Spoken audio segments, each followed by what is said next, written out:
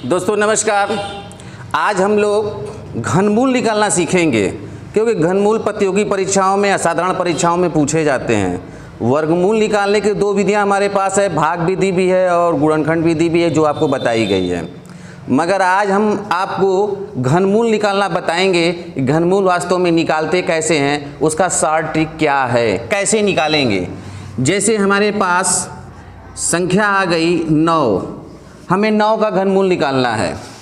तो सीधी सी बात है, अक्सर बच्चों को ये बताया जाता है कि अगर अंडर क्यूब के अंदर यानी कर्ण के अंदर किसी भी चीज़ का 3 बार जोड़ा बनता है तो एक बार बाहर निकाल लेते हैं, वही घनमूल होता है।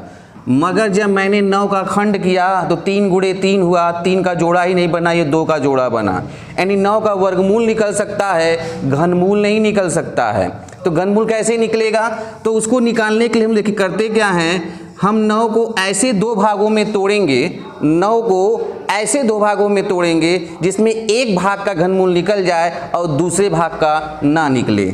जैसे 9 को लिखेंगे 8 + 1, आपको मालूम है 8 का घनमूल निकल जाएगा, पक्का है।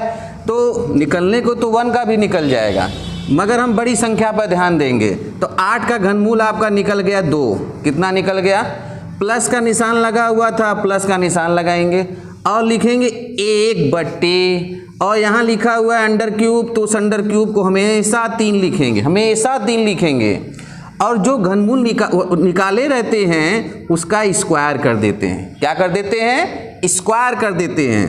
तो इस प्रकार से हमने देखा कि ये हो गया 2 घाते 2 मतलब 4, 4 में 3 का गुणा करेंगे 12, और हमने देखा कि अगर हम 1 में 12 का भाग दे देते हैं, जब हम 1 में 12 का भाग देंगे तो हम देख रहे हैं कि 10.083 आएगा। कितना आएगा, 10.083।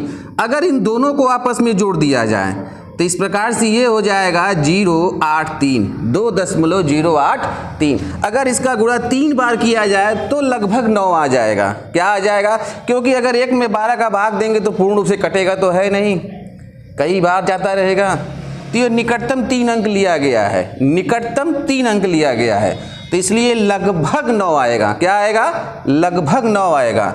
जैसे आपसे फिर कहा जाए कि 220 का, एक बड़ी अंक लेते हैं, 220 का घनमूल निकालिए।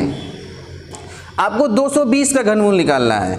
मैंने पहले ही बताया कि ऐसे 2 भागों में तोड़िए जिसमें एक भाग का घनमूल निकल जाए और दूसरे भाग का ना निकले। तो आप क्या करेंगे, 220 को लिख सकते हैं 216 + 4, 216 + 4। अब आपने देखा कि 216 का घनमूल जो है 6 होता है। जो 4 बचा हुआ था उसके नीचे लिखेंगे 3 गुणे, और जो आप घनमूल निकाले थे उसका इस वर्ग कर देंगे। ये हो जाएगा 6 + 4/6 के 36, और 36 और 3 कितना होगा, 108। अगर आप 4 में, यदि आप 4 में 108 का भाग दे देंगे तो कितना आएगा, 0.037, 0.037। अब अगर आप इसको जोड़ देते हैं तो ये हो जाएगा 6.037। अब आप इसका अगर 3 बार गुणा करेंगे तो लगभग 220 आएगा। कितना आएगा, लगभग 220 आएगा। ठीक है। आइए एक माइनस में देखते हैं। हम देख रहे हैं कि मान लीजिए अंडर क्यूब लिखा हुआ है 25, अंडर क्यूब 25। ठीक है, आप क्या करेंगे, इसको ऐसे 2 भागों में तोड़ेंगे जिसमें एक भाग का घनमूल निकल जाए। तो आप क्या करेंगे, आप लिख सकते हैं 27 - 2 लिख सकते हैं ना, 27 - 2, जो यहाँ बताया गया है कि 27 का घनमूल 3 है। तो आपने क्या किया, 27 का घनमूल 3 निकाल लिया, माइनस लगा था माइनस लगा दिया, 2 ऊपर लिख दिया और नीचे लिख दिया 3, नीचे लिख दिया 3। और जो घनमूल आपने निकाला था आप उसका स्क्वायर कर देंगे। क्या कर देंगे, स्क्वायर कर देंगे। इस प्रकार से क्या हो गया, ये हो गया 3 - 2/। अगर आप देखेंगे 3 घाते 2 तो 9 हुआ, 9 में 3 का गुणा कर देंगे तो क्या हो जाएगा, 27 हो जाएगा। अब आप क्या करेंगे, 2 में 27 का भाग देंगे।